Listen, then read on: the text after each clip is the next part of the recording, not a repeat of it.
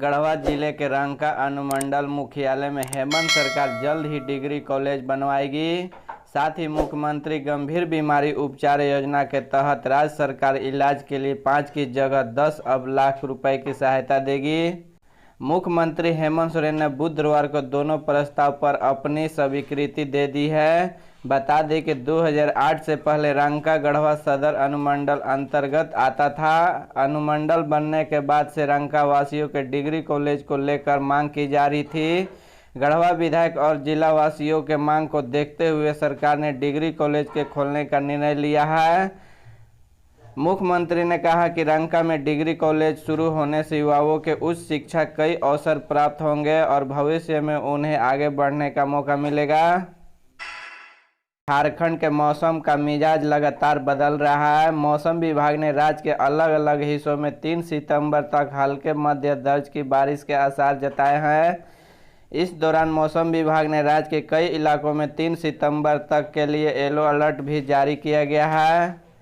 मौसम विभाग केंद्र ने वैज्ञानिक अभिषेक आनंद ने बताया कि झारखंड के कई हिस्सों में लगातार मौसम में बदलाव देखने को मिल रहा है। एक तरफ सुबह में जहां भारी धूप देखने को मिलती है तो वही शाम होते मौसम सुहाना हो जाता है। उन्होंने बताया कि बंगाल खाड़ी में फिर निम्न दबाव को लेकर प्रेशर एरिया बन रहा है। इसकी वजह से 31 अगस्त से लेकर 3 सितंबर तक राज्य भर में काफ़ी अच्छी बारिश देखने को मिलेगी। मौसम विभाग अनुसार रांची, रामगढ़, बोकारो, पश्चिम सिंहभूम, साहेबगंज, जामताड़ा, पाकुड़, सिमडेगा, देवघर, दुमका, गोड्डा, गिरिडीह, कोडरमा, चतरा, धनबाद, गढ़वा, लातेहार, पलामू, खूंटी और सरायकेला में मेघ गर्जन हो सकता है। इस दौरान बारिश की भी संभावना मौसम विभाग ने जताई है। साथ ही वज्रपात के भी आशंका व्यक्त की गई है। बारिश से किसानों को राहत मिली। राज्य में मानसून के धीमी गति से लेकर लंबे समय के किसान परेशान थे। चतरा में सन की प्रेमी के सन्न के शिकार हुई काजल को आज बेहतर इलाज के लिए एयर एम्बुलेंस से दिल्ली भेजा गया। अंकिता के मौत के बाद विपक्ष के निशाने पर आए सरकार ने काजल के मामले में कदम उठाते हुए उसे बेहतर इलाज के लिए मेडिकल बोर्ड के अनुशंसा पर दिल्ली भेजा गया। कल राज्य के स्वास्थ्य मंत्री बन्ना गुप्ता रिम्स जाकर काजल से मुलाकात की थी और मेडिकल बोर्ड का गठन किया था। वही देर शाम मुख्यमंत्री ने मेडिकल बोर्ड के अनुशंसा को ध्यान में रखते हुए बेहतर इलाज के लिए दिशा निर्देश दिया था। आज काजल को ग्रीन कॉरिडोर बनाकर करके एयरपोर्ट ने लाया गया, फिर वहां एयर एम्बुलेंस के माध्यम से दिल्ली भेजा गया। गौतरलम के चतरा के काजल के बीते 5 अगस्त को सन की प्रेम ने तेजाब डालकर जला दिया था। दुमका के बेटी अंकिता की मौत के बाद सत्ताधारी दल जेएम विधायक लोबिन हेब्रन अंकिता उसके परिजनों से मिलने उसके घर पहुंचे। हालांकि इस दौरान उन्हें हल्का विरोध भी उन्हें झेलना पड़ा। के परिजनों से मुलाकात की और घटना के प्रति अपनी संवेदना जाहिर की। अंकिता के हत्या को लेकर लोबिन हेब्रम ने कहा कि घटना हत्या विदारक है और जो भी लोगों के दोषियों के पर कड़ी कार्रवाई की जाएगी। बता दें कि शाहरुख ने 23 अगस्त को अंकिता पर पेट्रोल छेड़कर उसे आग लगा दी थी। इस घटना के 9 दिन बाद यानी 31 अगस्त को सत्ताधारी दल के विधायक लोबिन हेब्रन अंकिता के घर पहुंचे। हालांकि सरकार के प्रतिनिधियों के पहुंचने पर उन्हें कहा कि सभी का यहां आना चाहिए। अंकिता के परिजनों से मिलकर विधायक ने उन्हें सांत्वना दी और साथ ही दोषियों के खिलाफ कड़ी कार्रवाई की बात कही। लोबिन हेब्रन ने कहा कि ऐसे लोगों के समाज का बहिष्कृत करना चाहिए, साथ ही कड़ी कार्रवाई की जानी चाहिए ताकि इस तरह के लोगों के मन के भय पैदा हो और इस तरह की घटना की वजह परिजन समेत स्थानीय लोग नाराज थे। झारखंड में दुमका जिले के बेटी अंकिता के मौत के बाद लगातार उसके परिवार के लोगों के मिलने का सिलसिला जारी है। इसी क्रम में बुधवार को बीजेपी की ओर से सांसद मनोज तिवारी, सांसद निशिकांत दुबे और कपिल मिश्रा पहुंचे। अंकिता के आवास पहुंचे और उनके परिजनों से मुलाकात की।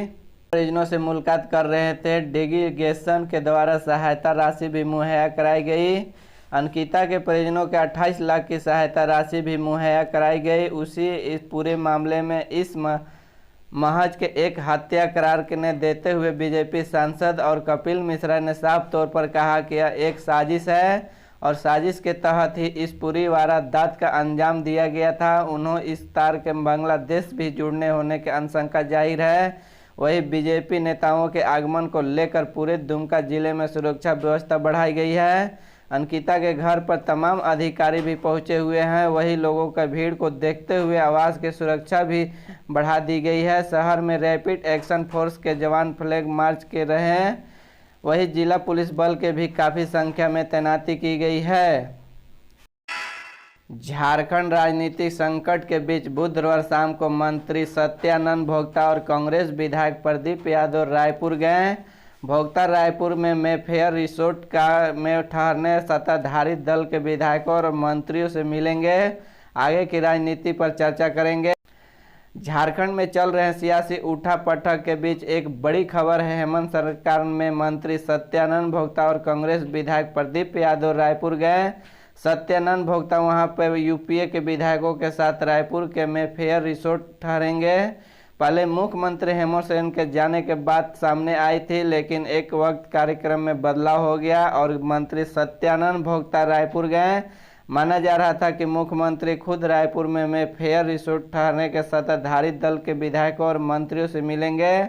आगे की राजनीति पर चर्चा करेंगे। यह भी कलाश लगाए जा रहे हैं कि मुख्यमंत्री चारों मंत्रियों को लेकर रांची भी लौटे। इसकी वजह भी दरअसल 1 सितंबर यानी कल ही कैबिनेट की बैठक होनी है। संभव ही इसकी वजह से बात की जा रही है। खंडवा में झारखंड के दुमका जैसी घटना, सिर फिरे आशिक ने एकतरफा प्यार में युवती को मारी चाकू। मध्य प्रदेश में खंडवा जिले में झारखंड के दुमका जैसी घटना सामने आई है, जहां एक सिर फिरे आशिक ने एकतरफा प्यार में युवती के गले में चाकू मार दिया। आरोपी के तालाब में शव मिला है। आशंका है कि उसके बाद खुद तालाब में कूदकर आत्महत्या की होगी। युवती का अस्पताल में इलाज चल रहा है। मिली जानकारी के अनुसार यह मामला मधुरी थाना क्षेत्र के ग्राम बरगंदा का है।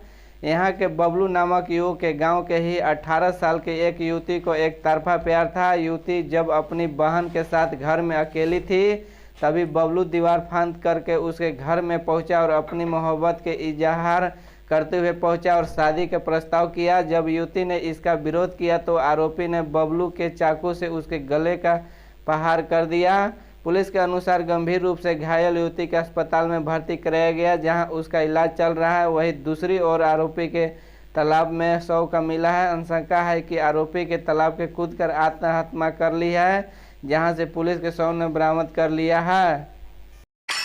झारखंड के विधायक के पहुंचने के बाद छत्तीसगढ़ की राजधानी रायपुर में कोलाहल के दूर नवा रायपुर शहर के मेफेयर रिजोर्ट राजनीति का केंद्र बन गया है। रिजोर्ट मंगलवार के एक किले में तबीयत है कि इस रिजोर्ट के झारखंड से आए 32 विधायक वरिष्ठ नेता ठहरने हुए तथा बाहर मीडिया कर्मियों तथा जनता के जमावड़ा है।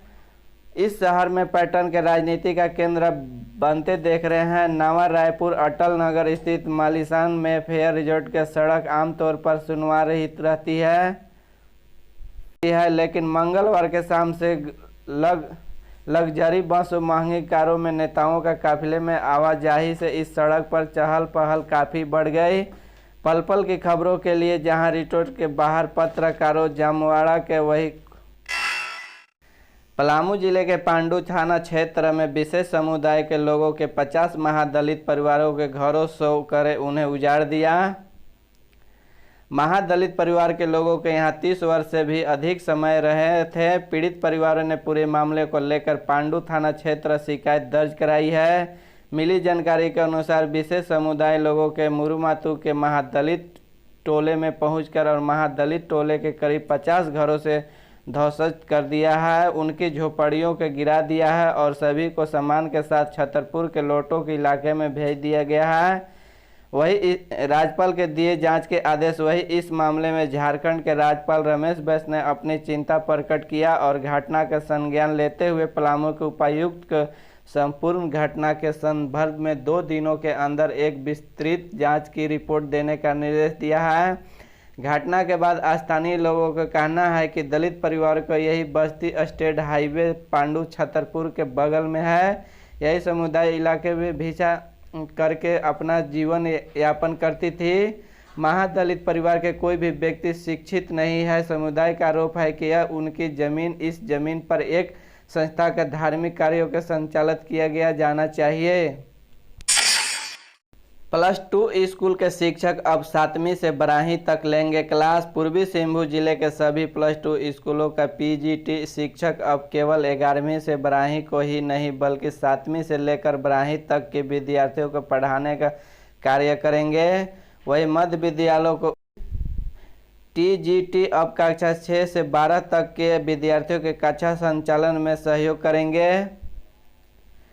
सोमवार के जिला शिक्षा पदाधिकारी निर्मला बेरियल ने इसको लेकर सभी राजकीयकृत प्रोजेक्ट उत्क्रमित एवं +2 उच्च विद्यालय में प्रधानाध्यापक एवं प्रभारी प्रधानाध्यापक को पत्र जारी करें निर्देश दिया है कि डीओ ने कहा कि मध्य विद्यालयों के योग्यताधारी शिक्षकों के द्वारा उच्च विद्यालयों में तथा उच्च विद्यालयों के शिक्षकों द्वारा मध्य विद्यालय में कक्षा का संचालन नहीं किया जा रहा है, जो कर्तव्य है कि प्रति लापरवाही और उदासीनता का प्रतीक स्कूलों में शिक्षकों की कमी है।